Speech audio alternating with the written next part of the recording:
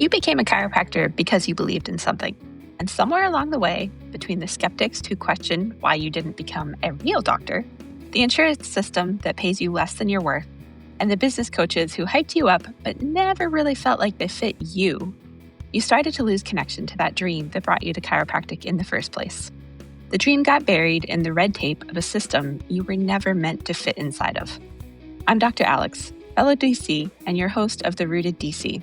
This is where we stop trying to fit someone else's definition of what makes us legitimate and start reclaiming our own identity and worth. Hello, welcome back to the show, and happy July. Depending on when you're listening to this, it's the beginning of July. Today, I wanted to talk about something that can feel heavy, but that we need to talk about. And why we need to talk about it is because to move out of the heavy, we have to acknowledge where we're currently at. So I was perusing Facebook, as many of us are prone to do at times this morning.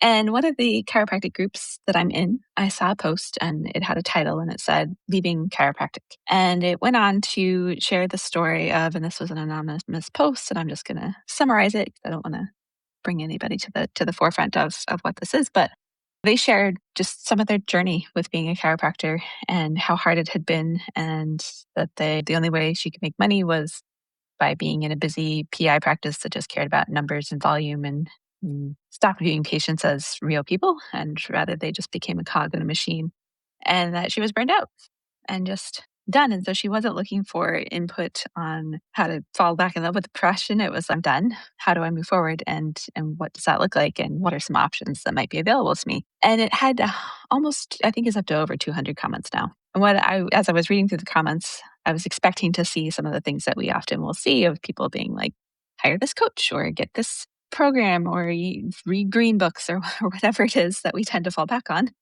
And instead, I saw a lot of other chiropractors chiming in, saying they either were experiencing the same, they were not thriving, they were just barely surviving, but feeling stuck, and there's no other options to go into in terms of pursuing a different career. Or others chimed in with things that they had done and moved into in terms of leaving the profession. And if you've listened to the show for a little while or know me in any way, you may know part of my story involves that I also left for about 3 years after I went through the bankruptcy and burnout. And I have come back to the profession. I practice again. I have this podcast. I'm doing this PhD to help us heal and create something new out of these experiences. This one that was shared today just brought this up for me. It's not uncommon anymore for a lot of us to feel like we give so much, we take out so much in student loans, and there's no guarantee of income or quality of life or ability to even pay back our loans because the way that our profession has built itself and the job market that it offers is not really self-sustaining and not paying us on the level that many of us were promised in school that we were going to be paid. And so I wanted to talk about some concepts from what I've been learning in my PhD in terms of organizational development and change. And how do you actually change a system, an organization, a whole profession? And this is honestly where my PhD is heading, is looking at our own profession and how do we start to change it and move beyond what might seem idealistic, which is some of what I'm going to share, because there's the theory of something working and then there's it actually working. But I wanted to at least start the conversation around how do we actually initiate change? Because right now we aren't. There's no vision for a future where we're going. There's just a lot of infighting and there's a lot of what is, and a lot of us are not experiencing joy, fulfillment, thriving in a way. Some of us are, and that's great. And they try to teach others of us how to do that.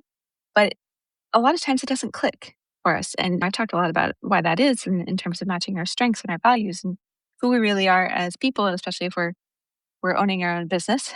And there's realities in the environment that we exist in your local community, in the world, in our country, in the world in general. There can be environmental pressures that cause something to change. I think COVID and the pandemic is a great example of what that can look like. There was this strong impetus to change, and we're still going through chiropractic, not so much, I mean, the world in general is still going through a realignment of what work actually looks like. And some changes have stayed from COVID and others have not.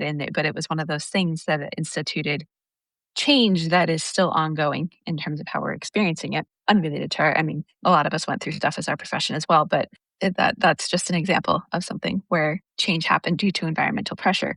So there can be these things that instigate change, and there can also be a choice to start to change. And so I wanted to lay a couple of things out with this. So number one is part of what drew me into what I'm doing now and the PhD program that I'm in and looking at how organizations develop and change. And a lot of that's based in psychology and other things. But I found I did some research during my master's, which was in positive psychology, and had some focus group conversations with chiropractors talking about leadership.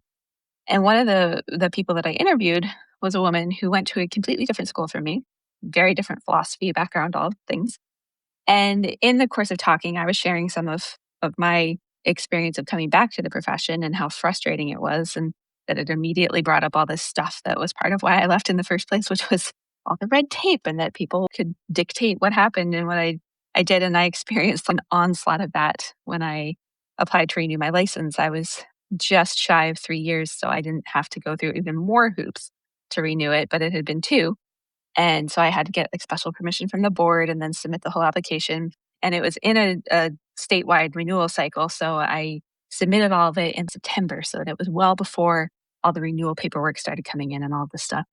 And then they cashed my check and waited until December to renew my application. And I was getting mad and pissed off and sending emails every other day. Hey, just checking in. You took my money. And they got less and less friendly as we went along. And I was so frustrated. I had malpractice calling me like, hey, do you have your license yet? And I'm like, no, I don't. And it's not my fault. And so it's when we have things that are out of our hands, like billing insurance companies as well. And I remember being so mad. And so I was sharing this with this woman that I was interviewing, and she had actually served on the board in her state. And she made it a little bit of a reprimand, but she had a point and it stuck with me. She was like, well, if you don't like it, join the board. Right. So few of us actually get involved in doing anything that could make any kind of difference in our profession. I think because we feel like it won't, but we don't step up into these roles to actually start to make a change as individuals. And so, of course, we're not going to get there as a profession. And because of that, what we lack is a shared vision. Where are we actually going? And she made a comment because she was on the board during a push in her state to get prescription rights. And she was like, yeah, I was for it. If people want to do that, who am I to tell them not to? If our profession needs to grow, it needs somewhere to go. And I don't agree that that is where we need to grow, what we need to grow into. But she had a point that we need a way to grow. We need a future that we're living into that moves beyond this experience too many of us are having of being burnt out, of not making any money, of living paycheck to paycheck, of feeling completely unfulfilled by this profession that we joined that is this beautiful, wonderful thing that helps so many people in so many ways, but is draining to the practitioner for so many reasons. And some of those are environmental, and some of those are things we weren't taught in school, and some of those are things we just have to grow and learn through. But the point is, we don't have that vision. And I remember, I'm going to share another story here. When I enrolled at Life University, I was drawn in by this vision that they presented to the world and put out there. And that vision was that they were creating this global paradigm shift in wellness. And I was so inspired and enthused by that. And so many of us students came into that. But then the reality when we got there was every quarter, our president would get up and share all this rah rah stuff about how we're creating this global paradigm shift and spreading wellness everywhere. But then on our campus, we were fighting battles as students to not have vending machines put in because that was in direct conflict with the values and what we viewed as spreading global wellness paradigm around the world. We every year when the most not people who weren't associated with our school, just from the public, came onto campus for something called Lights of Life this is at Life University in Georgia. It brought on probably thousands of visitors. They'd have these big light displays all over campus. They were beautiful. Some of them were a little tacky, but they were mostly beautiful.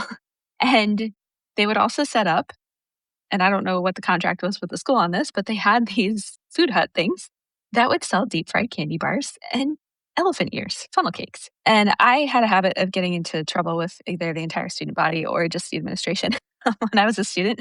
I wrote for the newspaper. And I, at one point, declared war on funnel cakes, not because I hate funnel cakes, but there's a time and a place. Like at the state fair, I expect to see funnel cakes.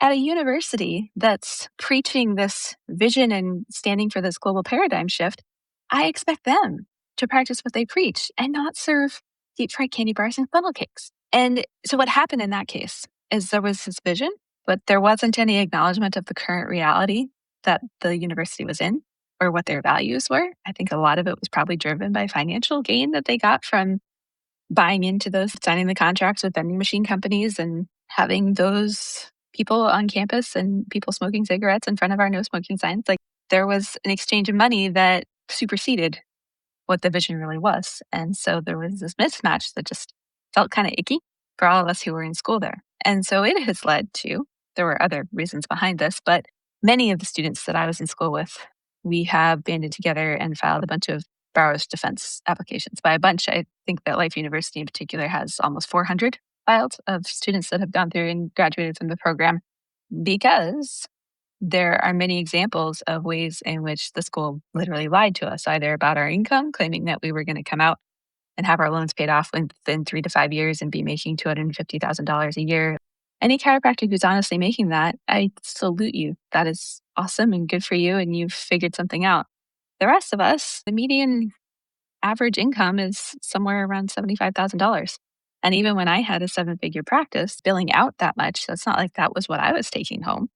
I had myself salaried at $75,000 a year, and that's about what the business could support, just with what went into designing a machine that could produce that kind of income. And that's what that looked like. And I felt very trapped by that. There's a lot of limited beliefs that we have as a profession about what we can and cannot do. A lot of that comes from the red tape of the healthcare industry, which I've also talked about is known and acknowledged and peer-reviewed research as being openly antagonistic towards any kind of entrepreneurship and innovative, creative thing, which is a lot of what entrepreneurship is. 60% of us own our own practice, so we're constantly in that friction and battle. And it leads to places like this post that I saw this morning. And granted, she'd been an associate and an independent contractor rather than being in her own practice. But I've seen plenty of it from those of us who have created and built our own thing where we can feel trapped by it. That was my experience. And so the question then becomes, what do we do? How can we change this? How can we keep our colleagues from leaving the profession because they can't anymore? There's been too much hurt and too much pain and it's not worth it to them. What is the cost that we're all experiencing, whether mentally, emotionally, physically? I'm someone who's had 2 wrist surgeries because of a TFCC tear. And from how I adjust, it just kept getting worse. And I retore it a year later and went back in for another one. Many of us deal with physical limitations over time or really beat our bodies up in a significant way in the name of chiropractic. And so it comes to a couple of things. The first is, and I don't have answers for all of these, we have to come together as a profession and actually have the conversations where we can start to move the needle forward. And the first is we need a vision for the future that we're living into. And it needs to move beyond either that we need to return to a philosophy and change nothing and it should be exactly like it was 100 years ago, 150 years ago. And it needs to move beyond, we throw all of that out the window and just try to fit into healthcare in whatever way possible and do all these modalities and bill out hundreds of dollars per visit and try to fit into this model of healthcare. And it needs to encompass all of us coming together and figuring out what that future is going to look like from a higher level and perspective than being stuck in the trenches where we currently all are or stuck in those 2 competing sides. There was actually a model for change that I read in some literature in one of my classes that talks about the conflict. This is one of the things that I've been so fascinated by with studying organizations and organizational theory and all of this is that conflict like we experience in our profession is actually something that's documented and exists in other organizations. And there is this point where I'm forgetting the name for what that model of how organizations kind of shift and change is. It's a dialectic or something along those lines. But at some point, there's the merging of the 2 sides and this combination shared moment where they actually come together and create something new that honors everybody involved. And I know I can say this and everyone's like, how is that actually going to happen? No idea. And so this is where we have to take some of the theory and then we have to put it into practice. And that looks like a couple of things. So where to start with this? they're studying organizational theory, all this. It's great. You can look it on paper. And there's the reality that we all live in. There's all the factors of society, of our environments, external, internal, leadership, all of these things. And so, what it requires is we need to have leaders who are able to bring this vision, whatever that looks like. And it's beyond what anything that currently exists. We're just going to say that. And they are people one, are able to master themselves in a certain way and at a level where they can bring this vision and then step back from it and allow the profession as a whole to take and create and take ownership of what that's really going to look like, and then develop the process that's going to get us from our current reality to whatever that vision is. And there's this thing that happens that was missing at Life University with their global wellness paradigm shift thing. And that, at least in my opinion, and that is actually acknowledging the current reality. And I think we have a really hard time doing this as a profession because it's either that we don't want to talk about it, which was a lot of me. Maybe we feel shame around our experience of practice. Maybe we just want to sweep it under the rug because it feels too big and scary to touch it. I know that was a lot of my experience, especially when I first started engaging in some of these issues when I was in school, which was something that I did. And it would feel big and scary and almost make me wonder, do I really want to be joining this thing when it's so screwed up and has so much trouble? And I still did. But oftentimes we don't want to look in the mirror and actually get real about what's there. And it took me having the courage to start talking about my own journey and experience, like the post I saw on Facebook today did, to recognize how many people are going through something similar. Your story may not look exactly the same as mine, but we all have pieces of this that are similar. And that's part of why I'm talking about our worth as a profession on here, is because that shared vision can't come from all the years of the fight and trying to prove ourselves and never being enough and being the redheaded stepchild of healthcare and all of those things that we talked about on previous episodes. It has to come from a place where we acknowledge from our own power our value in the world and start to create what that really looks like and how it fits into wherever we're going to fit. I think we need to throw it all out the window, including being part of the healthcare system, and really take an honest look at, like, what is our goal? What are we here to serve? What is the future that we're living into? Because it's becoming more and more clear to me that repeating what, the greats that we learn about in school, the Gonsteds and I'm going to forget all of their names now, Thompsons, we all know the names. It's the people who are tested on boards until we find a way to move forward. And that includes our education, how we design our curriculum, and how we license ourselves, all of that. We need to look at the whole thing. And it's going to take something. And so if you're listening to this and, yeah, that sounds cool, Alex, I'm going to sit over here in my little corner of the world and do my own thing. I totally get it. And there's two pieces to this. One is we do need to work on ourselves, and we've got to be willing to lead ourselves and heal our own piece of our inherited belief systems around how we're limited, around what chiropractic in general. We all have limiting beliefs. This is something I did recently. This week actually wrote down what my limiting beliefs about practice are. I have to show up in order to make money, and I have to work more in order to make more money. And then everything's tied to a number of patient visits. And there's a lot that just gets drilled into us because we've always been focused on that.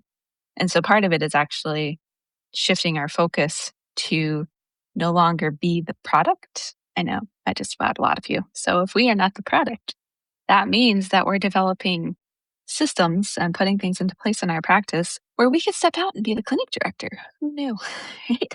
And so even though I'm a one-woman show right now, working 10 hours a week, I'm starting to look at how can I create that foundation even now before I'm even really paying myself something that I can live on necessarily at that time commitment and volume. But I'm starting to realize it doesn't matter. I don't actually have to work more. It's more about what is the value that I'm providing through the systems I create and the relationships with the people I work with. And there's a lot more to it than just numbers and turning people through a mill. And that can sound fantastical, I suppose, but I believe it's possible. And so I'm on this journey trying to figure that out. And if you want to keep watching for what that looks like, keep coming back because I'll keep sharing about that. In any case, back to what I was saying. So we have to lead ourselves. This is a huge part. One of the pillars I talk about is leadership. How we lead ourselves is going to come from what our strengths and values are and where we draw our worth from. And you get to decide, where does your truth come from? What dictates that? That is a question for you to answer on your own. For me, it's a spiritual thing. It comes from God. And that's what I get the truth of who I am from. And I have to do some work in order to believe some of that, right? Because a lot of us live in the world of limiting beliefs and all of that, as we talked about. And so we have to lead ourselves first. And then we have to find a way to come together and have a different conversation. And this is where I'm starting to do this here. And I'm also planning to start to do some workshops and bring together, potentially, I want to do some action-based research as my dissertation, where I'm going to bring together people of different backgrounds, different philosophies, our patients. Ideally, we have all stakeholders in the profession represented in a conversation about what is chiropractic, where is it going, what role does it serve, and how do we create a shared vision for the future that we can actually move into as a united front and not as these two opposing forces that just keep holding each other back from actually moving forward in any way and trying to write off or ignore one or the other. And I don't think we can do that. We've got to find some common ground somewhere by elevating what we talk about. So to leave you with some deep thoughts for this week, I want you to think about and acknowledge, what is the current reality, either for you in practice or for the profession as whole? What are the things that you don't want to talk about, that you don't share, that maybe you think on your own but are afraid to let show because it feels like you failed somehow, or if you acknowledge it, it's going to become reality or whatever it is. I've got news, it already is reality. So part of where we start to take ownership for that is to acknowledge what our current reality actually is. And the next step is to find a way to be responsible for it. What can you be responsible for, even if you have never engaged in any of these conversations that go on in our profession? What can you be responsible for in perpetuating the reality of where we're at? Where can you take ownership? And I don't mean beat yourself up, berate yourself, go into a shame and guilt cycle, all of that. I mean taking ownership in a way that gives you freedom and steps us out of this victim mindset and mentality where it's the school's fault or it's Western medicine's fault, or it's always somebody else's fault that things are the way they are. The insurance industry, that's a great one that I'm still working on that one for myself. The more that we can let that go and stop reacting with emotional charge towards it, the more we start to gain power towards actually creating something for ourselves, whether as individuals or the whole profession. And ideally, as we start to do it as individuals, we're able to engage in some of those higher level conversations as a whole profession. So I hope this served you. I would really love to hear from anyone who's listening to this. Like, what's coming up from you? How does this land? I'm going into totally different realm with the work I'm doing in my dissertation and what I'm bringing here. So I really, truly, honestly would just love to hear what it's bringing up, if anything, if it's interesting, if you're inspired, if you think I'm off my rocker, let's share with me. You can email me at dralex@rootedpractice.co. And I'd love to hear what's coming up and how this is showing up for you. I'm promising to keep it real and not just focus on everything that's wrong, but give us steps forward that come from outside of everything we've ever done as a profession. That's really what I'm doing in a PhD program when I absolutely don't not need another doctorate degree. So that's where we're at. And with that, I will bring you another deep thinking conversation next time, and we will see you then. If today's episode sparked something for you, spend some time with it. Insight is great, but real change takes action. This show exists because chiropractors deserve more than coping strategies to fit into a system that was never really designed for us.